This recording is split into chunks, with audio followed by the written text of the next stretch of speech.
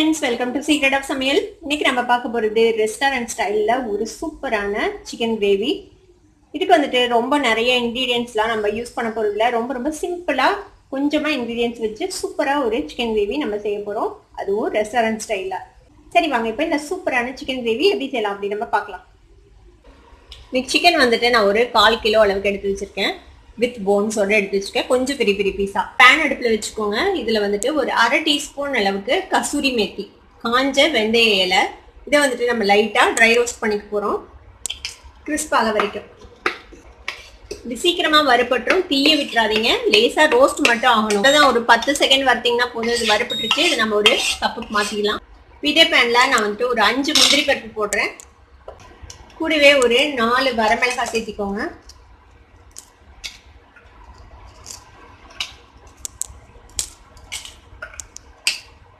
இதையும் லேசா வறுத்துக்கலாம். நம்ம வறுத்து வச்சோம்ல இந்த வெந்தயக்கீரை, இதை வந்துட்டு இப்படி நல்லா க்ரஷ் பண்ணிங்கன்னா நல்லா பொடியாயிடும். இப்போ முறுமுறுன்னு இருக்குது, அதனால இந்த மாதிரி நல்லா பவுடர் பண்ணி வச்சுக்கோங்க. இதை நம்ம கடைசியாக தான் போடுவோம் கிரேவியில். இந்த மாதிரி க்ரஷ் பண்ணி ரெடி வச்சுக்கலாம். இது ஒரு 2-3 நிமிஷம் வறுத்தீங்கன்னா போதும், வறுபட்டுரும். இந்த முந்திரி பருப்பும் வரமிளகாவும். வரமிளகாய் கொஞ்சம் கிறிஸ்ப் ஆகணும், அது வரைக்கும் வறுத்துக்கோங்க. போதும், இந்த அளவுக்கு வறுத்தா இப்போ அடுப்பு ஆஃப் பண்ணிடலாம். இதை வந்துட்டு ஒரு மிக்சி ஜாருக்கு மாற்றிக்கோங்க. இப்போ நம்ம வறுத்த இந்த முந்திரி பருப்பு வரமிளகாய் ரெண்டையும் ஒரு மிக்சி ஜாரில் பிடிச்சிருக்கேன். இப்போ இதை வந்துட்டு ஒரு அரைச்சி எடுத்துகிட்டு வந்துடுறேன், தண்ணி விடாமல். இப்போ இந்த மாதிரி பவுடர் பண்ணியாச்சு. இப்போ இது கூட ஒரு பெரிய சைஸ் தக்காளி இந்த மாதிரி ரஃபாக சாப் பண்ணி வச்சுருக்கேன். இப்போ இந்த தக்காளியும் இது கூட சேர்த்து நல்லா ஸ்மூத்தாக அரைச்சி எடுத்துக்க போகிறோம். இது மாதிரி நல்லா ஸ்மூத்தாக அரைச்சி எடுத்துருங்க. இந்த தக்காளி, வரமிளகாய், முந்திரி பருப்பு 3யும் அரைச்சி எடுத்தாச்சு. இது இருக்கட்டும். இப்போ இந்த பேனில் கொஞ்சமாக எண்ணெய் விட்டுக்கலாம். ஒரு 2 டேபிள் ஸ்பூன் அளவுக்கு எண்ணெய் சேர்த்திக்கோங்க. எண்ணெய் காஞ்சிச்சு. நம்ம ஒரு வெங்காயம் இந்த மாதிரி பொடியாக நறுக்கி வச்சுட்டேன். இந்த வெங்காயத்தை சேர்த்தில அதில் இந்த வெங்காயத்தை வந்துட்டு நல்லா வதக்கிக்கணும். நல்லா கோல்டன் ப்ரௌன் கலர் வர வரைக்கும் இதை வதக்கிக்கணும், வதங்கட்டும். வெங்காயம் பாருங்க நல்லா கோல்டன் கலராக வதங்கிச்சு. இப்போ இதில் நம்ம 1 டீஸ்பூன் அளவுக்கு இஞ்சி பூண்டு பேஸ்ட் போட்டுக்கலாம். இஞ்சி பூண்டு பேஸ்ட்டையும் நல்லா இதோட வதக்கி விட்டுருங்க. அதுவும் பச்சை வாசனை போகணும், அது வரைக்கும் வதக்கிக்கலாம். இப்போ ஃப்ளேமை வந்துட்டு கம்மி பண்ணி வச்சுட்டு நம்ம இதில் கொஞ்சம் மசாலாஸ் ஆட் பண்ணிடலாம். கூட ஒரு 1/4 டீஸ்பூன் அளவுக்கு மஞ்சள் பொடி சேர்த்திக்கோங்க. இது கூட 1 டீஸ்பூன் அளவுக்கு மல்லித்தூள் சேர்த்திக்கோங்க. இப்போ இதை லேசாக இந்த எண்ணெயில் வதக்கி விடுங்க. இப்போ ஒரு 10 செகண்ட் வதங்கினதும் இதில் வந்துட்டு நம்ம கொஞ்சமாக தண்ணி சேர்த்திக்கலாம். இந்த மசாலாஸ் வந்து பேர்ன் ஆகாமல் இருக்கணும், அதுக்காக. இது நல்லா பச்சை வாசனை போக நல்லா வேகட்டும், வெந்து எண்ணெய் பிரியட்டும், அது வரைக்கும் இதை வதக்கிக்கலாம். அப்படி பாருங்க, நம்மளோட மசாலாஸ் வந்து பச்சை வாசனை போயிடுச்சு, நல்லா எண்ணெய் பிரிஞ்சிச்சு பாருங்க. இப்போ நம்ம எடுத்து வச்சிருக்கிற இந்த 1/4 கிலோ சிக்கன் வந்து இதில் சேர்த்திடலாம். சிக்கனை இதோட சேர்த்தி வதக்கி விட்டுருங்க. ஸோ இந்த கிரேவிக்கு தேவையான அளவுக்கு உப்பு சேர்த்திக்கலாம். அதில் நல்லா மிக்ஸ் பண்ணி விடுங்க உப்பு சேர்த்துனதுக்கப்புறம். இப்போ இதை அடுப்பை கம்மி பண்ணி வச்சு ஒரு மூடி போட்டு ஒரு 5 நிமிஷம் வேக விடுங்க. இப்போ ஒரு 5 நிமிஷம் வெந்திருக்கு நம்மளோட கோழி. இப்போ எடுத்து பார்க்கலாம்.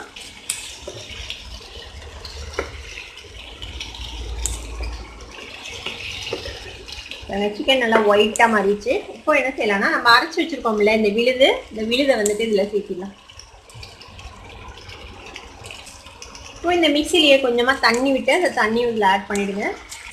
இதில் நம்ம வந்து தக்காளி எல்லாம் பச்சையாக போட்டிருக்கோம், மிளகாய் எல்லாமும் முழுசாக பச்சை வாசனை போயிருக்கு அது நம்ம வறுத்ததில். இப்போ இதை வந்துட்டு நம்ம பச்சை வாசனை போக இதையும் வதக்கிக்கணும். இப்போ இதுவும் நல்லா வதங்கட்டும், இந்த தக்காளி பச்சை வாசனை போக வரைக்கும். பாருங்கள், ஒரு 3-4 நிமிஷம் வதங்கிருப்போம். இப்போ தக்காளியோட பச்சை வாசனை எல்லாம் போயிடுச்சு, எண்ணெய் பிரிஞ்சிச்சு பாருங்கள். இந்த அளவுக்கு நல்லா வதக்கிக்கோங்க. இப்போ இது கூட ஒரு 1/4 டீஸ்பூன் அளவுக்கு கரம் மசாலா பொடி சேர்த்திக்கோங்க. இந்த கரம் மசாலா பொடியும் இதோட சேர்த்து மிக்ஸ் பண்ணி விட்டுருங்க. இப்போ இந்த சிக்கன் வந்துட்டு வேகணும். நல்லா வேகிறதுக்கு நம்ம இதில் தண்ணி விட்டு இப்போ நம்ம வேக வைக்க போகிறோம். இப்போ இதில் நான் வந்து ஒரு கப் அளவுக்கு தண்ணி விட போகிறேன்.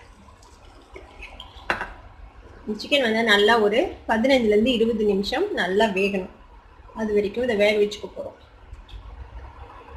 இதில் அவ்வளோதான், வேறு மசாலாஸ் நம்ம எதுவுமே ஆட் பண்ண போகிறதில்ல.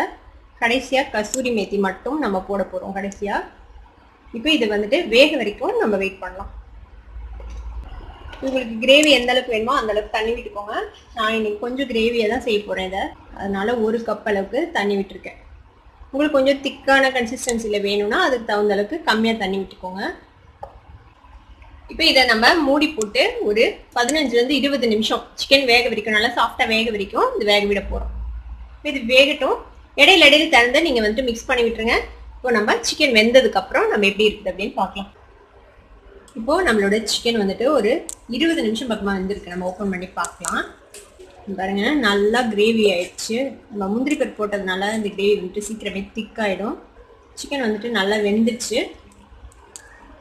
இப்போ இதில் நம்ம பொடி பண்ணி வச்சுருக்கோம்ல வறுத்து, இந்த வெந்தயக்கீரை, ட்ரை வெந்தயக்கீரை, இந்த கசூரி மெத்தியை இதில் சேர்த்திடலாம். இது நல்லா மிக்ஸ் பண்ணி விட்டுருங்க. இப்போ இதோடு சேர்ந்து ஒரே ஒரு நிமிஷம் மட்டும் இது வந்துட்டு வேகட்டும். ஒரே ஒரு நிமிஷம் மட்டும் நம்ம மூடி வைக்கலாம். இப்போ ஒரு நிமிஷம் ஆச்சு. நம்ம வந்து கசூரி மெத்தி போட்டு ஓப்பன் பண்ணி பார்க்கலாம். பாருங்க, எவ்வளோ சூப்பராக நம்மளோட ரெஸ்டாரண்ட் ஸ்டைலில் சிக்கன் கிரேவி ரெடி ஆயிடுச்சு. இது வந்துட்டு சப்பாத்திக்கு, ரோட்டிக்கு, ரைஸ்க்கு எல்லாத்துக்குமே சூப்பராக இருக்கும். இப்போ இதில் வந்துட்டு நம்ம மேலே வந்துட்டு கொஞ்சமாக கொத்தமல்லி தழை போட்டுக்கலாம்.